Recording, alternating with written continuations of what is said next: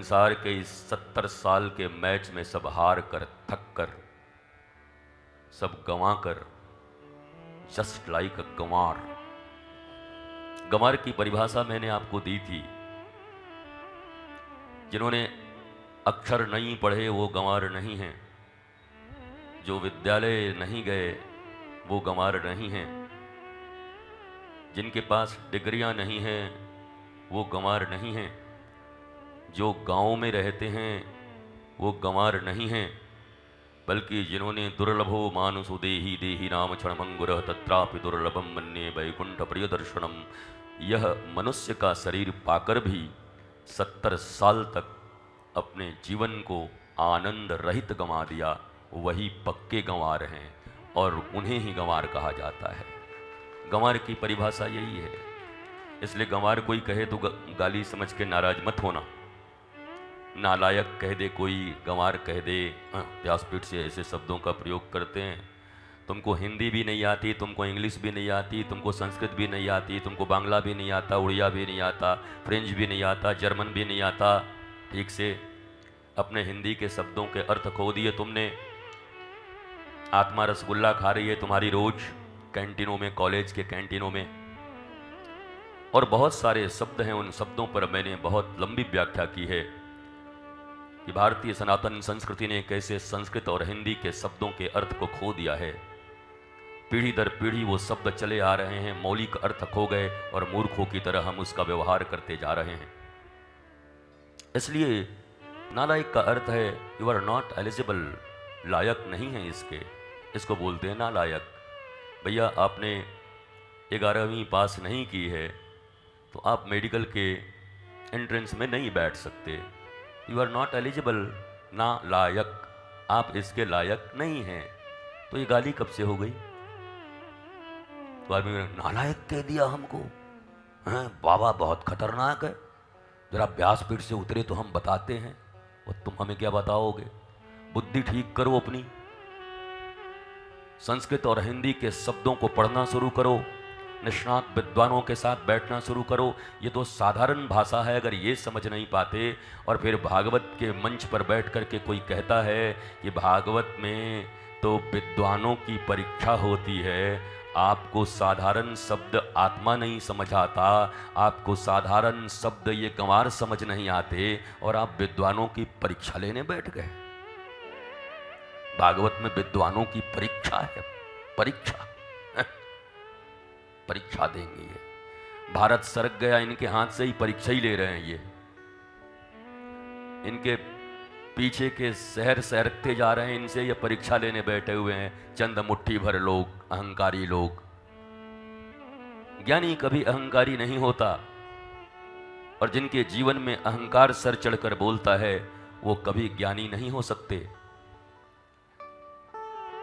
शास्त्रों के कंठस्थ और अध्ययन कर लेने मात्र से, मुखस्थ कर लेने मात्र से हृदयस्थ हो, आचरण में हो। हम प्रतिदिन जब भागवत की कथा का प्रारंभ करते हैं या किसी भी, तो मंगलाचरण करते हैं। What do you mean by मंगलाचरण?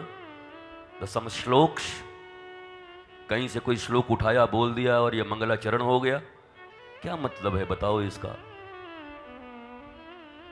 मंगलाचरण आप भी करते हो ना? मंगलाचरण का अर्थ क्या है? 4-5 श्लोक जिसके अर्थ भी आप नहीं समझते। बड़े बड़े विद्वान यहां बोल के चले जाते हैं, आप बैठे रहते हैं सकते। मुश्किल से मुट्ठी भर लोग यहाँ विद्वान जो बैठे होंगे, संस्कृत का पठन पाठन जिन्होंने किया होगा, अध्ययन किया होगा, उनको जाकर वो सारे शब्द समझ में आते होंगे। उसमें वैयाकरण क्या है, न्याय कहाँ आया, वो समझते होंगे। जन साधारण को तो कुछ पता ही नहीं, उनको पता है हाँ ये मंगलाचरण होता है। पर मंगलाचरण का अर्थ क्या है? मंगल हैं आचरण जिनके, ऐसे श्री कृष्ण, या मंगलाचरण, मंगल की तरफ ही जिनके चरण बढ़ चुके हैं, निरंतर चल रहे हैं, वो मंगलाचरण।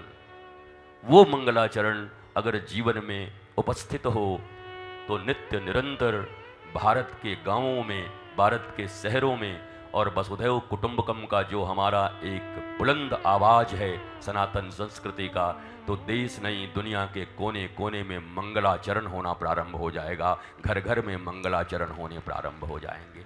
ये है मंगलाचरण।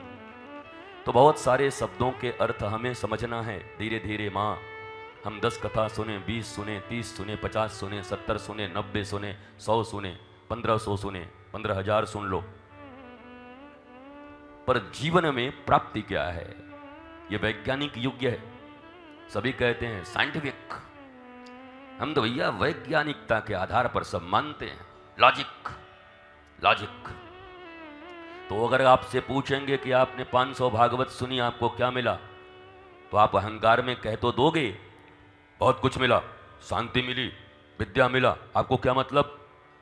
बोला ये आपका बोलना ही बता रहा है आपको क्या क्या मिला। योर वे ऑफ टॉकिंग, जिस तरीके से आप बात कर रहे हैं वही बता रहा है आपको क्या क्या मिला। और फिर अगर आपके घर की कहीं छानबीन कर दी गई, CBCID लगवा दिया जाए कि महाराज जी के घर के बारे में पता करो थोड़ा कि इनका क्या हालत है, तो सब पोल खुल जाएंगे आपके, नॉर्थ पोल, साउथ पोल सब खुल जाएंगे आपके, वापस आ जाएंगे। इसका अर्थ हमारे जीवन में केवल अनुष्ठान नहीं रह जाएं, अनुष्ठान केवल रह जाएंगे और हमें उसका लाभ नहीं होगा। तो भारत धीरे धीरे धीरे, कल एक कह रहे थे संत, और हम भी यही जानते हैं, सब जगह पहले भागवत हुआ करती थी। बांग्लादेश में हुआ करता था, अफगानिस्तान में हो, सब जगह होता था, पाकिस्तान में भी हुआ करता था। अब नहीं होता है।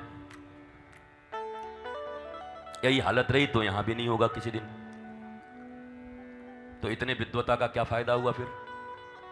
इतनी विद्वता, इतना ज्ञान, इतना अहंकार, ये सब क्या करेगा, किस काम आएगा?